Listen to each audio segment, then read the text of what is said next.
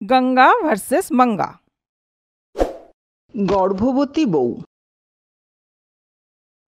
একদিন গঙ্গা রোজকার মতন সবজি কিনতে বাজার যাচ্ছিল। যাওয়ার সময় ও দেখে একটা দুর্বল মেয়ে সবজি উঠাচ্ছিল। সে গর্ভবতীও ছিল। ওই গর্ভবতীর অবস্থা দেখে ওর খুব খারাপ লাগে। তাড়াতাড়িও ওর কাছে গিয়ে বলে, আরে আরে, এ কি মা, তুমি মা হতে চলেছ, আর এত রোদের মধ্যে তুমি ভারী জিনিস তুলছো? তোমার শরীর আর তোমার পেটে যে বাচ্চাটা আছে তার শরীরের কি হবে বলো? এই বলে ও সবজি নিয়ে পাশেই এক জায়গায় ছাওয়াতে বসায়। ওকে ক্লান্ত দেখে বলে, আরে তোমার হাত দেখো তো, কোনো জোরই নেই। তোমার চোখও বসে গেছে। তুমি ঠিক সময় মতন খাবার খাও তো? হ্যাঁ, খাই। জানি না কি খাও। দেখো তো নিজের আঙুলগুলো কেমন সাদা হয়ে গেছে, শরীরে রক্তও নেই। আচ্ছা, তোমার নাম কি? ভূমি। এ কি মা, তোমার হাতে এত কিসের দাগ? তোমাকে কেউ মেরেছে নাকি? না, মানে মানে কি হলো মা? আমি তো তোমার মায়ের মতন, নিজের মায়ের কাছে লুকাবে তুমি? এই শুনে ভূমি নিজের দুঃখ গঙ্গাকে কাঁদতে কাঁদতে বলে, কি বলবো মা, আমার শাশুড়ি কথায় কথায় আমাকে মারে, সব খেয়ে নেয়, তারপর যা বেঁচে সেই খাবার আমাকে দেয়, কখনো তো তাও দেয় না। আরে আরে লক্ষ্মী মা আমার, কাঁদে না, কত কিছু সহ্য করিস তুই। ঠিক আছে, আমি যাই, যদি দেরি হয়ে যায় আমার শাশুড়ি আমাকে আবার মারবে। এই বলে ও চলে যায়। একটুক্ষণ পরে গঙ্গা সবজি নিয়ে রাস্তা দিয়ে যাওয়ার সময় ভূমির দেরি করে বাড়ি ফেরার কারণে ওর শাশুড়ি ওকে মারছিল। এই দেখে ও খুব রেগে যায়।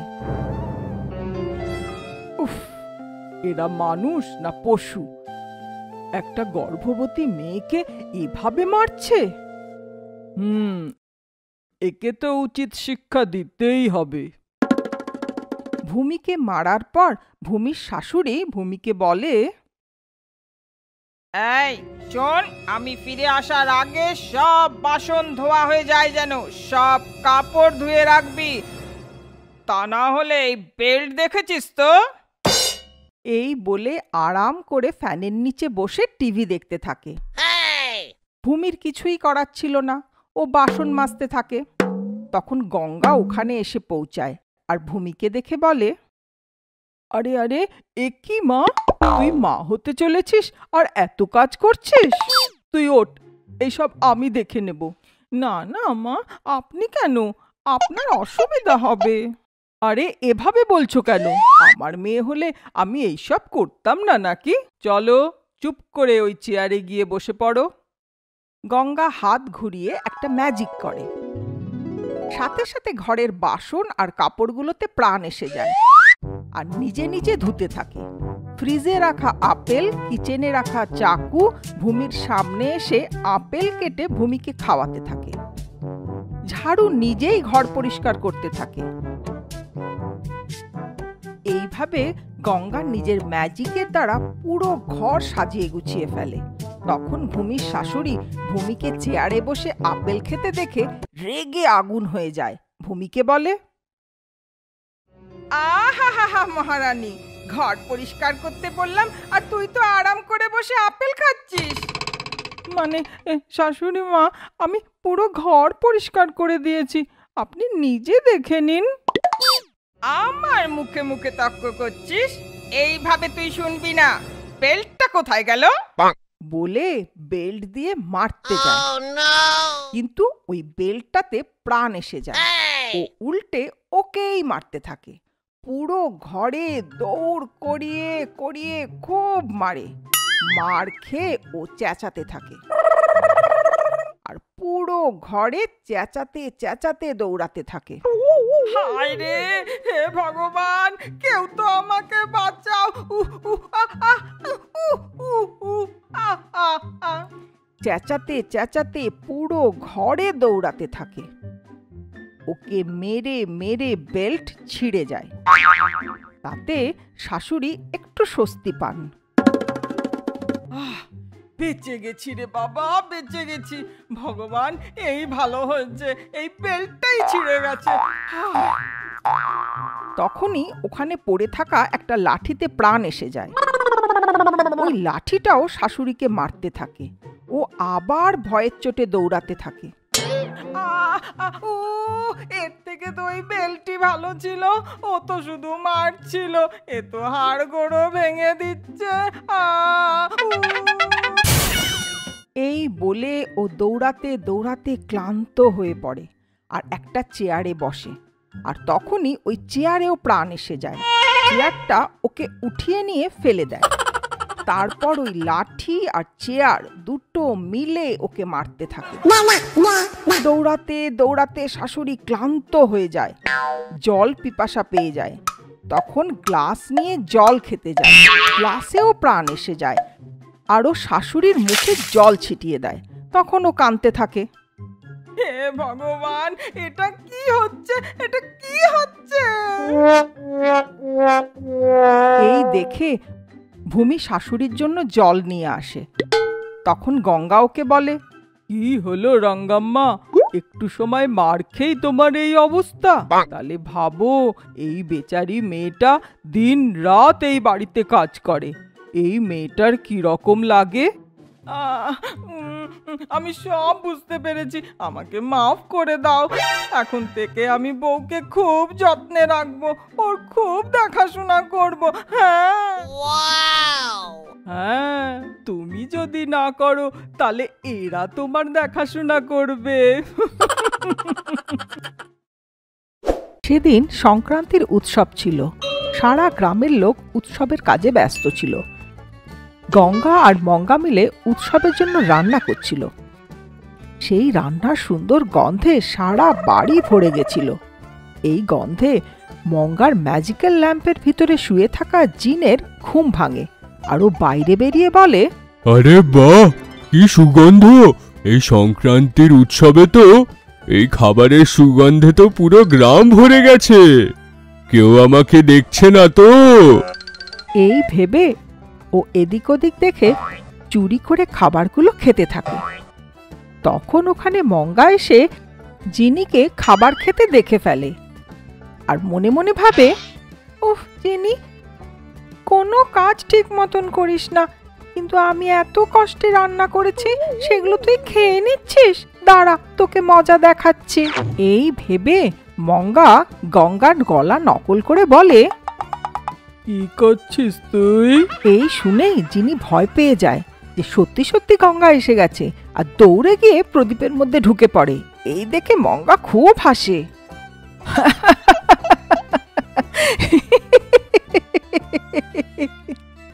তখন জিনি বুঝতে পারে এই সব কাজ কারবার মঙ্গারই। বাইরে বেরিয়ে জিনি মঙ্গাকে বলে, এইসব কি দিদি, সবসময় আমার উইকনেসগুলো নিয়ে পেছনে লেগে থাকো, এইসব আপনার ঠিক মনে হয় কি? এইভাবে জিনি জানতে চায়। তখন মঙ্গা বলে, তাই নয় তো কি, চুরি করে আমাদের সব খাবার খেয়ে নিলি, এটা ঠিক করলি তুই? এইভাবে মঙ্গা রেগে গিয়ে বলে। তখন জিনি বলে, আহা, কিছু নয় দিদি, আমি শুধু চেখে দেখছিলাম যে নুন আর ঝালটা সব ঠিক আছে কিনা। এমনিতেও আমি তো তোমার একমাত্র জিনি ভাই, তুমি কি আমার জন্য কিছু একটা ভালো মন্দ বানাতে পারবে নাকি? এইভাবে জিনি বলে, আমিও তো তোমার একমাত্র দিদি, তুমি আমার জন্য কোনো কাজের কাজ করতে পারো নাকি? এইভাবে মঙ্গাও জিনি ভাইকে বলে।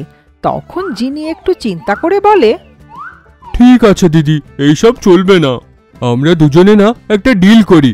আমি তোমাকে পয়সা কামানোর খুব ভালো উপায় বলবো, আর তুমি আমার জন্য সুস্বাদু খাবার বানিও, ঠিক আছে? এইভাবে জিনি বলে। তখন মঙ্গা বলে, আচ্ছা ঠিক আছে তোর ডিল, আগে তো তুই আমায় আইডিয়াটা বল। এইভাবে গঙ্গা জিজ্ঞাসা করে।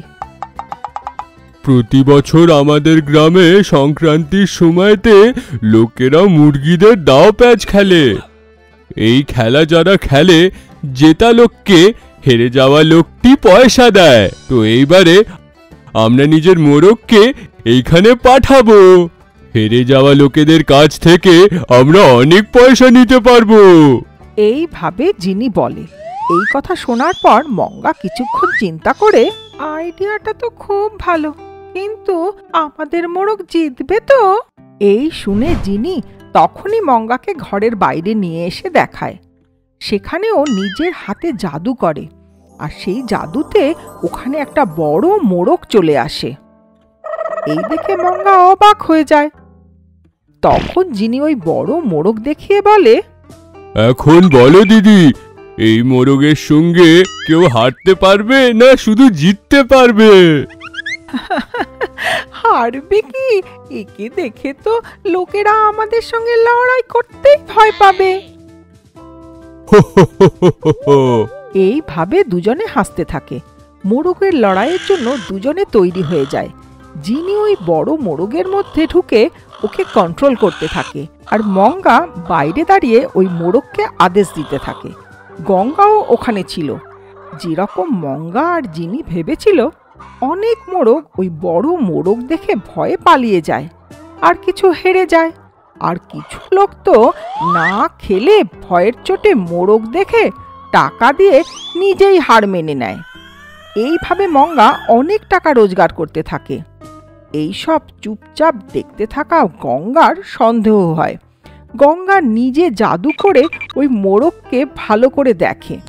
তখনও বুঝতে পারে ওই মোরগের ভেতরে জিনি বসে আছে, আর ও সব কথা বুঝতে পেরে যায় যে এরা দুজনে কি প্ল্যান করেছে। তখন গঙ্গা নিজের মনে ভাবে, ও আচ্ছা, তাহলে জিনি আর আমার বৌমা মিলে লোকেদের ঠকিয়ে টাকা রোজগার করছে। এদের দুজনকে তো শিক্ষা দিতেই হবে। এইভাবে নিজের মনে চিন্তা করে গঙ্গা সোজা জিনির কাছে গিয়ে জিনিকে ডাকে। কি করছিস তুই? এই বলে জিনিকে ডাকে। এটা শুনে জিনি মনে মনে ভাবে, মনে হয় আবার মঙ্গা দিদি হবে। এই কথা মনে ভেবে বলে, কি দিদি, কতবার তুমি আমার মনের উইকনেস নিয়ে খেলবে? আপনার আর কোনো কাজ নেই নাকি? হ্যাঁ, এইভাবে জিনি বলে। জিনির কথা শুনে গঙ্গার আরো রাগ হয়ে যায়। কিরে, মাথা খারাপ হলো নাকি তোর? এই বলে গঙ্গা চেঁচিয়ে ওঠে। এই কথা শুনে জিনি পিছন ফুরে দেখে। ওখানে দাঁড়ানো গঙ্গাকে দেখে অবাক হয়ে যায়। আরে গঙ্গা বোন, আমাকে ক্ষমা করে দাও গঙ্গা বোন। আমি ভেবেছিলাম আপনার বৌমা মঙ্গা হবে। আমাকে ক্ষমা করে দিন, ক্ষমা করে দিন গঙ্গা বোন। এইভাবে কাঁদতে থাকে। জিনিকে কাঁদতে দেখে গঙ্গা বলে, কি হলো জিনি, আবার লোকেদের বোকা বানাতে বেরিয়েছিস? আমি তোকে এত বোঝাই, তাও বুঝিস না? আরে বড় বোন, আপনি অত রাগ করবেন না বড় বোন। আমি শুধু একটু সুস্বাদু খাবারের জন্য লোভ করছিলাম। আমাকে ক্ষমা করে দিন দিদি। আপনি যা বলবেন আমি সেইটাই করব। এইভাবে জিনি বলে। তখন গঙ্গা বলে, এখনই যেন এই বড় মোরগটা টুকরো টুকরো হয়ে যায়, সবাই যেন জানতে পারে এটা নকল মোরগ, বুঝেছিস? এইভাবে গঙ্গা হুকুম দেয়। গঙ্গার হুকুম অনুযায়ী জিনি ওই বড় মোরগটা টুকরো টুকরো করে দেয়। তারপর দৌড়ে গিয়ে ম্যাজিক ল্যাম্পে লুকিয়ে পড়ে। জায়েন্ট মোরগ টুকরো হয়ে যেতেই ওই লোকেরা বুঝতে পারে এটা নকল মোরগ। তখন সবাই নিজেদের বোকামির জন্য রেগে যায়। সবাই মিলে গঙ্গার উপর রেগে যায় আর ওকে মারতে আসে। তখন গঙ্গা এসে তাদের বুঝিয়ে সুজিয়ে টাকা ফেরত দিয়ে তাদের ঘরে পাঠিয়ে দেয়। এই দেখে মঙ্গা নিজেকে বাঁচানোর জন্য বলে, থ্যাংক ইউ শাশুড়ি মা, সময় মতন এসে আপনি আমায় বাঁচিয়ে দিলেন। এইভাবে বলে, কিন্তু মনে মনে, ছি, এইসব জিনিস জন্যই হলো, আমি ওকে ছাড়বো না। এই কথা ভেবে জিনির কাছে পৌঁছায়। জিনি ভয়ের চোটে কাঁপছিল আর ল্যাম্পের মধ্যেই লুকিয়েছিল।